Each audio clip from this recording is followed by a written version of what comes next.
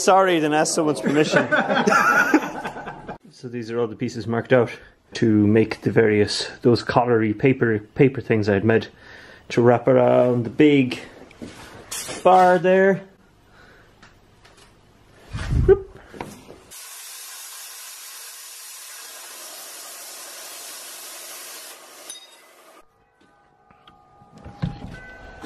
So there's all the parts in the vinegar bath.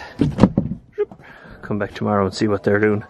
So what I've done here is beveled these edges that have to go together, and gouged with the grinder the creases. So I have to fold these guys up like this, and just, if it has a gouge, when you hit it with the heat, it's then more likely to bend along the crease, bend where you want it to, as opposed to bending someplace randomly. It'll always bend at the, you know, if the crease is significant, it'll bend at the thinnest point first. And then once I have these guys together, I can throw a couple of tack welds in here, zap, zap, and then these ones will be welded along the outside, the actual difference between the plates.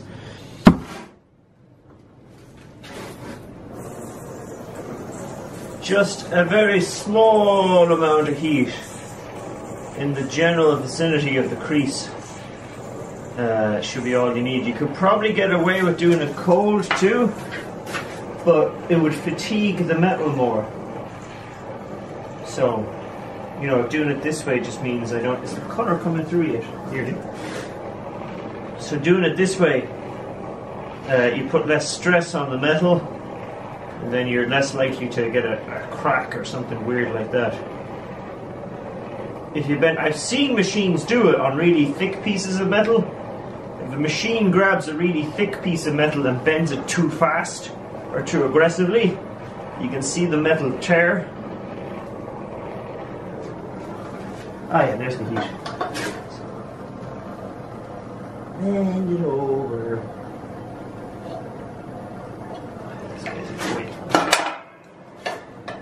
It's quite a steep angle.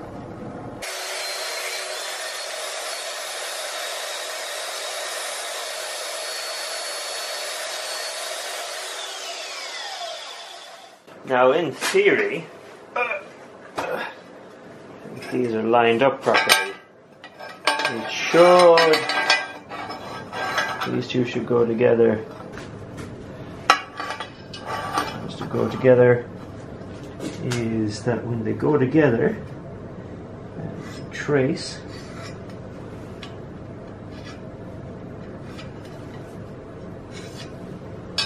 it would be super great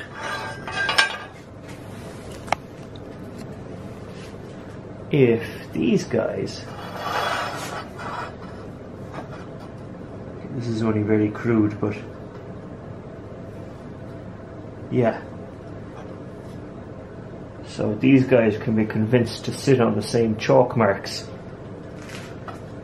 which is, you know, that's not, there's better tests to do, but that's a quick one to see that, yeah, I can put all of these together and it'll make something like a square. Here. Oh, come on. They're very hard to hold into position. Whoop. Come on. I guess I'll just start tacking things. So that's all the shapes bent. The main thing was to... Whoop. Can I show this one-handed? Was to make sure that the gaps,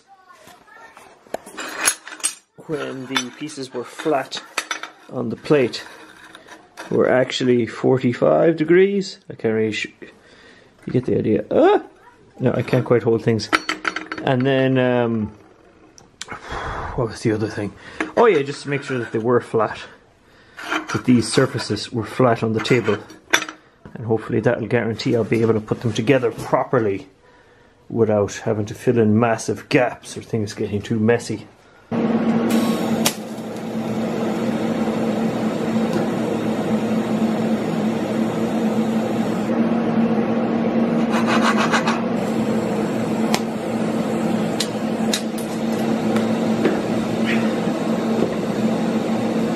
There's one bit of it together, one of the colours. It was a lot of prep work, but then it meant the actual joinery. I mean, I still have to do the welds, but the actual pieces fit together nicely. I didn't have to fight it, you know, there's no gaps. So these are the shapes fully welded. Still too hot to touch. You can see you see that on the inside? Yo! So the beads, they didn't melt through, so I left them high and kind of lumpy. See, that one's kind of high and lumpy. I have to grind, yow! Ah, God damn it! I have to grind these corners back. You can see the penetration inside, but hopefully when I grind the corners back, there'll still be enough material left inside. Like I said, I'm going to be zapping the inside with the MIG. Now anyway, I didn't want to start off with the MIG because I wanted to make sure they were all the correct shape. Like, they're definitely more, you know, stronger than they were before. So I can now zap the inside with the MIG and be the MIG welder and be sure that I'm not going to deform them, like change the shape. But yeah, they were relatively finicky to do. Felt like doing paper craft but with metal.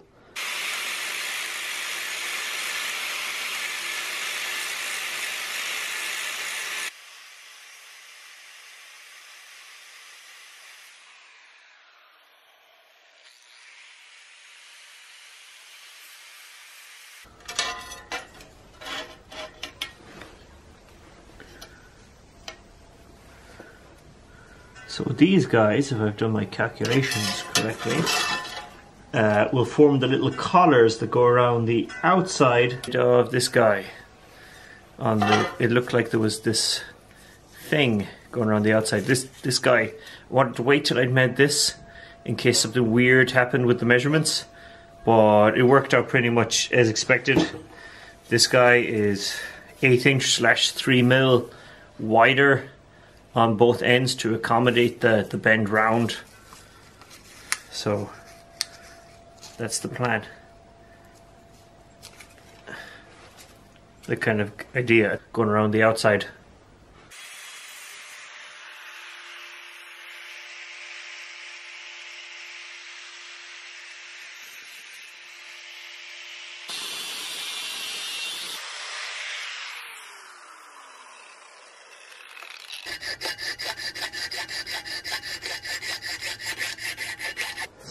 These two bits got in shape.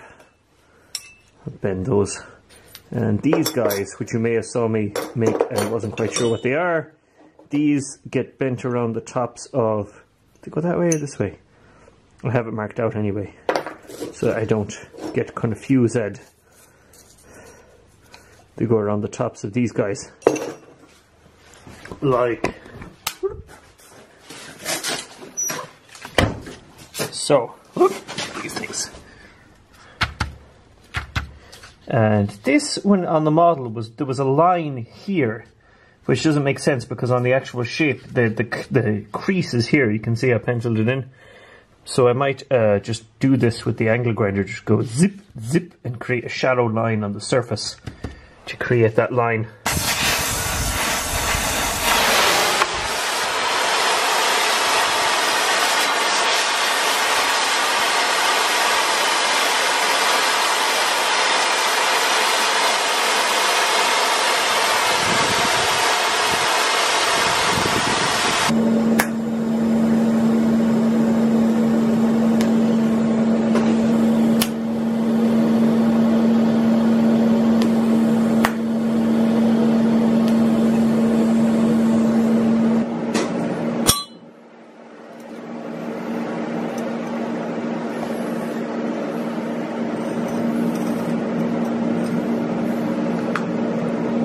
That seems like a good enough fit. Now the question is, will I do a weld all around the outside or do plug welds? I'm leaning towards doing a weld all around the outside because it will make the transition. There's a couple of places where the transition between this line and this line seems a little bit off, and like here. And it would be better to have a smooth thing. It looks like a smooth thing on the template anyway, so I might just do a full weld. It's a shame. I should have not polish these guys up.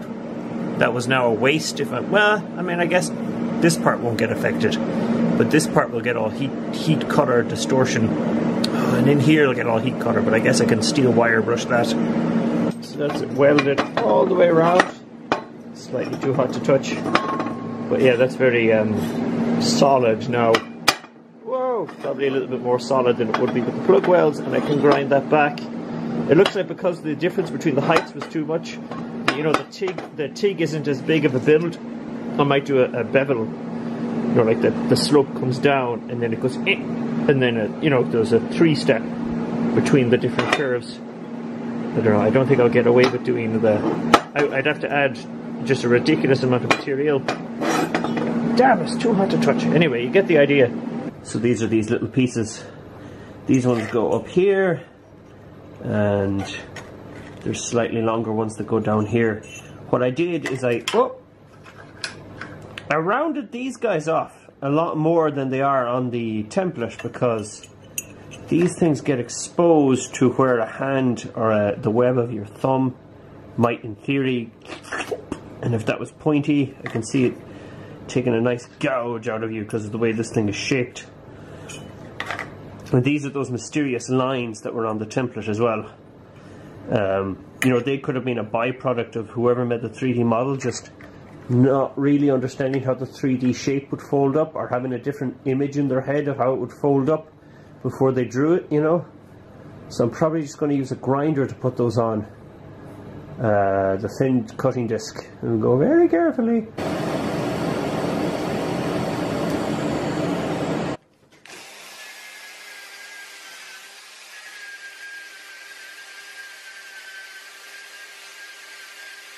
Oi.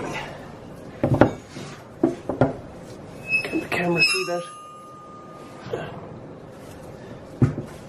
So there we go.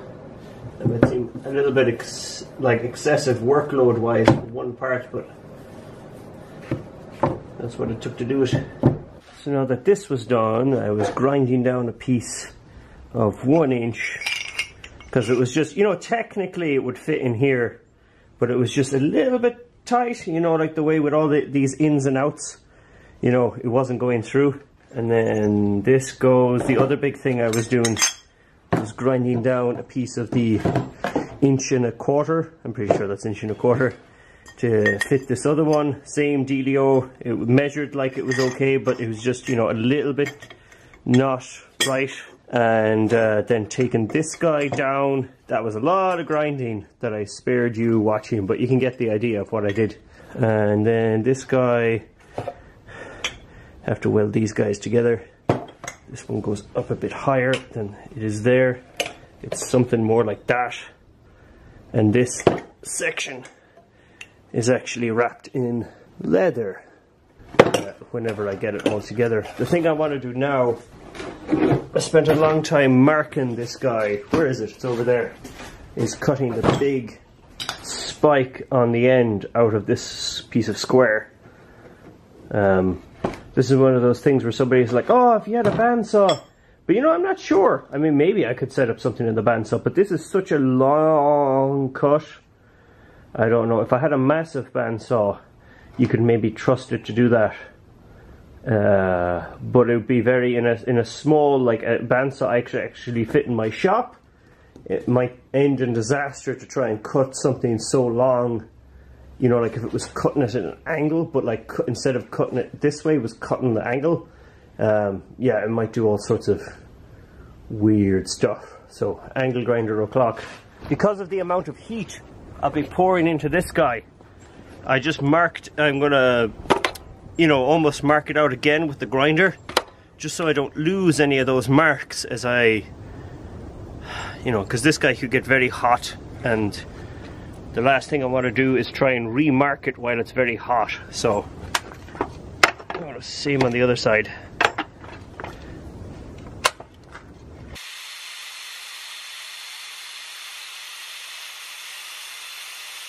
So it's hard to make out, but you can kind of see the tip taking shape. You know, the very tip of this guy. It's buried inside there now, waiting to be freed.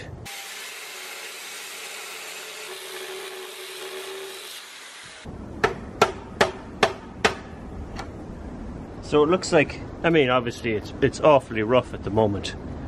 That's the obelisk, this end spike carved out. I have to clean up all the the faces now. But it's relatively superficial to get that back looking, not back, for the first time looking the way it's supposed to.